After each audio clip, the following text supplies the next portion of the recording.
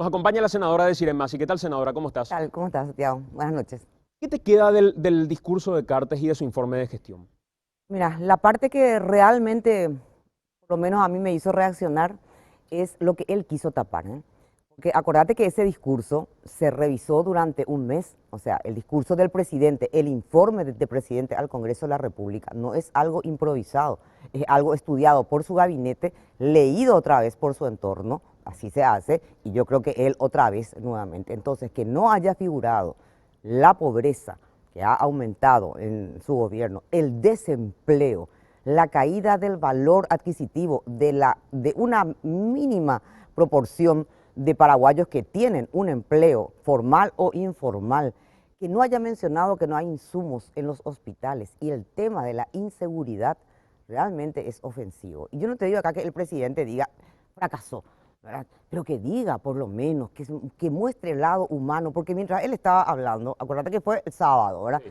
Había personas, aparte de las 180.000 personas, cifras oficiales, que entraron a la pobreza, personas que estaban terminando una semana de buscar trabajo, que se iban a enfrentar a otra semana igual. Personas que estaban en los hospitales con las recetas en la mano. Secuestrados con sus familias esperando que por lo menos el presidente le dé algún aliento. Entonces, para mí lo mínimo que uno puede hacer pues es decir, no conseguimos todavía lo que queremos, tuvimos este problema, estamos en el camino, pero el presidente directamente ignoró. Y eso forma parte de un modelo, de un discurso, donde resulta que es incómodo decir la verdad, y los que decimos la verdad, o por lo menos nuestra verdad, somos personas que tenemos que ser calladas de cualquier manera. Y entonces eso es lo grave acá. Una de las cosas que me llamó la atención, senadora, fue, y voy a tomar las propias expresiones del presidente de la República, decía, INC tenía déficit y con nosotros tiene superávit. Petropar tenía déficit con los anteriores gobiernos, pérdidas, y con nosotros tiene ganancias, lo cual no ha sucedido jamás en la historia. Habría que preguntarle, decía Cartes, a los demás gobernantes, lo tenía Lugo ahí al lado, ¿dónde se iba esa plata que nosotros hemos ahorrado? En esa misma línea lógica del presidente de la República, a mí me queda una duda. Si este gobierno ha ahorrado disminuyendo dinero que iba para funcionarios públicos, si este gobierno ha convertido déficit en superávit en INC o Petropar y otras empresas, si este gobierno hoy ha aumentado la deuda pública para a través de las inversiones en infraestructura generar empleo, ¿dónde está el dinero que tenemos mayor cantidad de pobres y tenemos mayor cantidad de gente desempleada?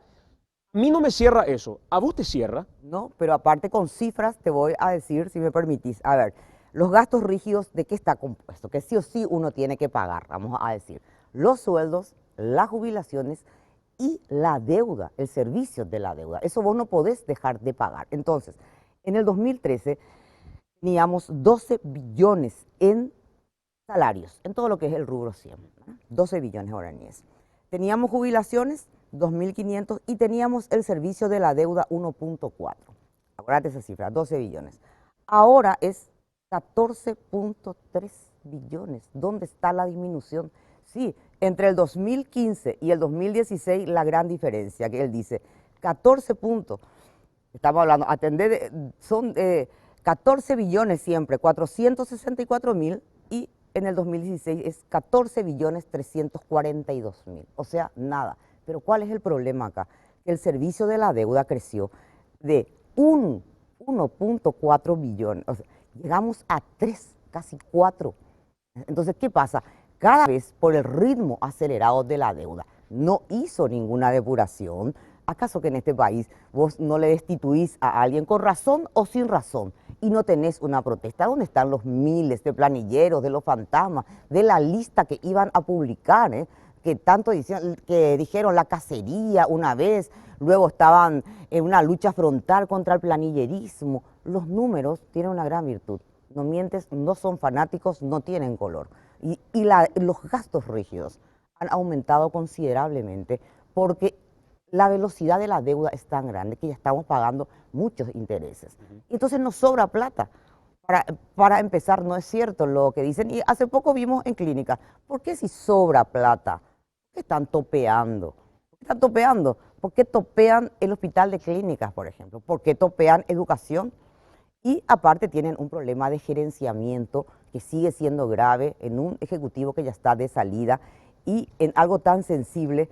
Atende esto, por ejemplo. El Ministerio de Educación, y te digo rápidamente, tiene dos proyectos esenciales. Ampliación y reposición de espacios escolares en 111 establecimientos, por un monto total de 34.000 millones por una parte, y la ejecución en el 2016 fue del 9%. Nada. Y el otro es otra vez ampliación y reposición de espacios escolares en 822 establecimientos. La licitación histórica e inédita que ellos hablan en los 17 departamentos del 2014 es la resolución de emergencia educativa por un monto de 491.000 millones, y la ejecución al cierre del 2016 fue el de 2.5%, y las escuelas caen, cada 2 semanas caen. A mí hay algunas cuestiones que me quedaron del informe de gestión.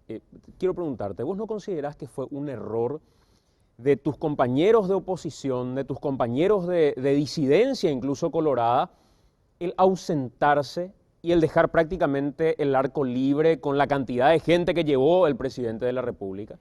Y bueno, ahí hay dos cosas. En primer lugar, y eso tienen que explicar el senador Lugo y el diputado Aliana, cuando los diputados y los senadores manifiestan públicamente su ausencia como motivo de protesta, no es que están faltando, ¿verdad? Vos viste cómo era, llenaron todos los lugares. No, ese es un lugar de un diputado y de un senador que fue electo por el pueblo paraguayo y que dice no me voy a ir. Podemos estar de acuerdo o no, pero lo que no podés hacer es llenar los vacíos para la foto, porque esa fue una medida política. Yo tengo mis diferencias, obviamente por eso estuve allí. Pero debatieron esto.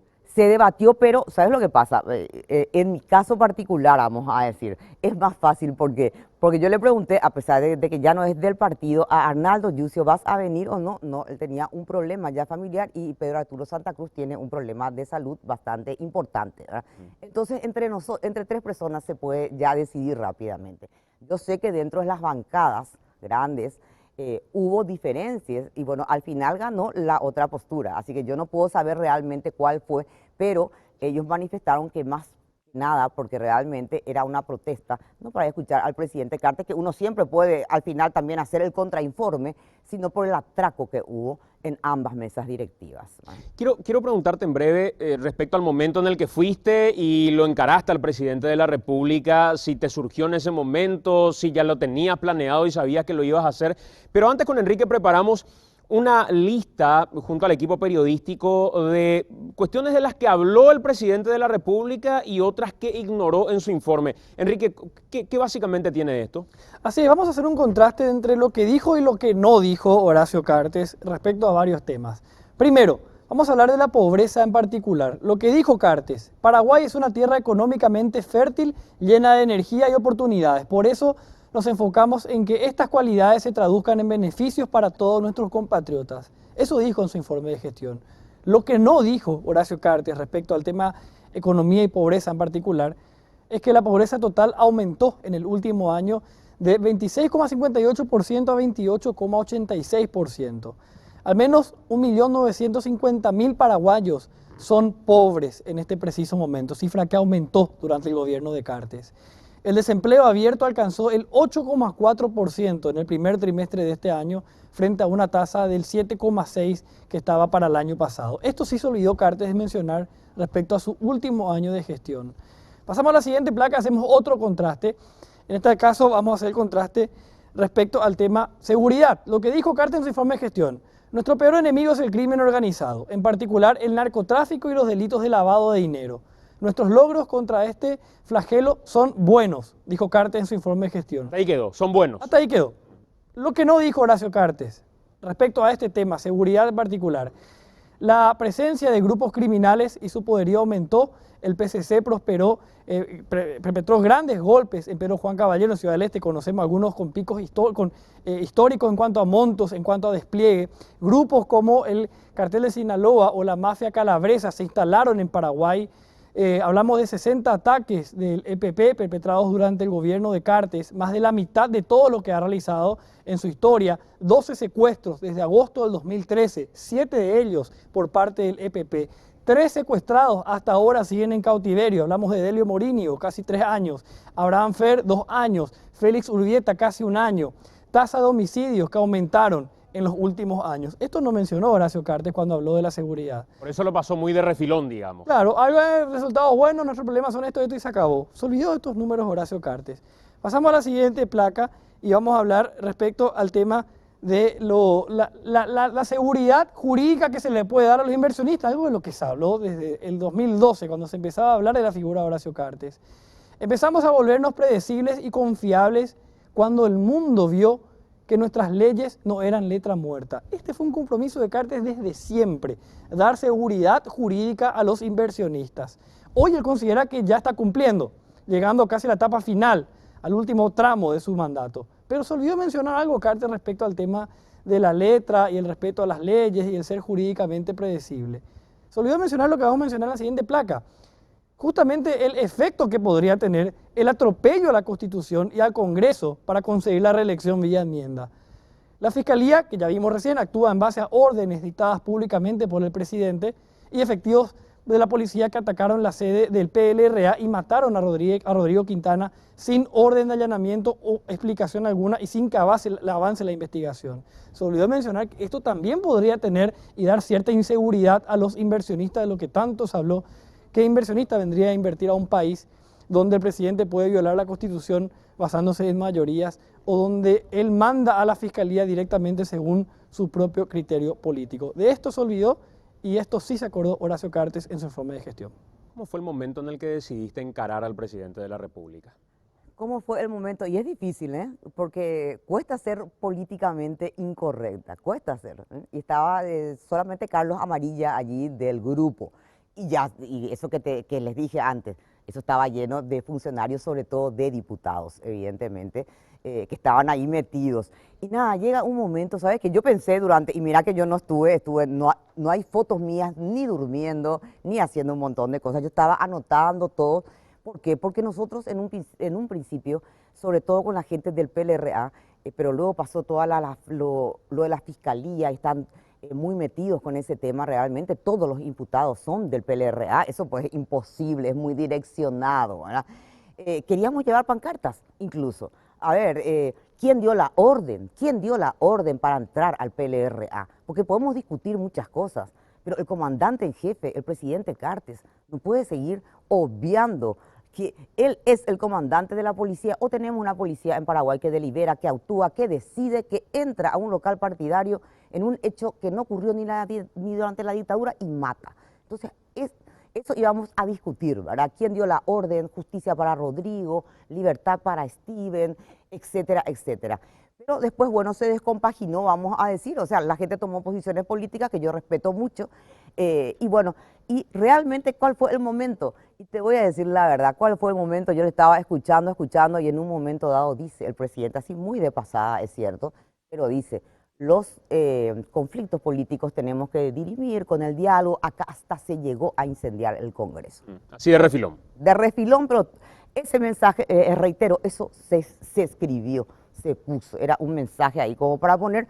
Y lo segundo fue cuando por segunda vez menciona al Papa Francisco y dice, el poder está para el servicio. No, él está usando el poder en este país, no solamente para perseguir, para chantajear, para extorsionar. Él está está abusando del poder. Entonces ahí yo pensé, no, acá alguien le tiene que decir a este señor, pero no solamente por decirle a él. Y yo, claro, si quería ser maleducada, si quería hacer un show, yo me podía levantar cuando él dijo, estamos controlando. El EPP es crimen organizado, no son las Carmelitas Descalzas, el EPP ahora. ¿Y no te esperabas, de hecho, aplausos cuando hiciste eso? Por supuesto. Sabías que ibas a ser abuchada. Ahora, si yo quería hacer un show, yo me podía parar, iban a tener que desalojarme y decirle al presidente, recordate de Edelio, de don Abraham, de don Félix, ¿verdad?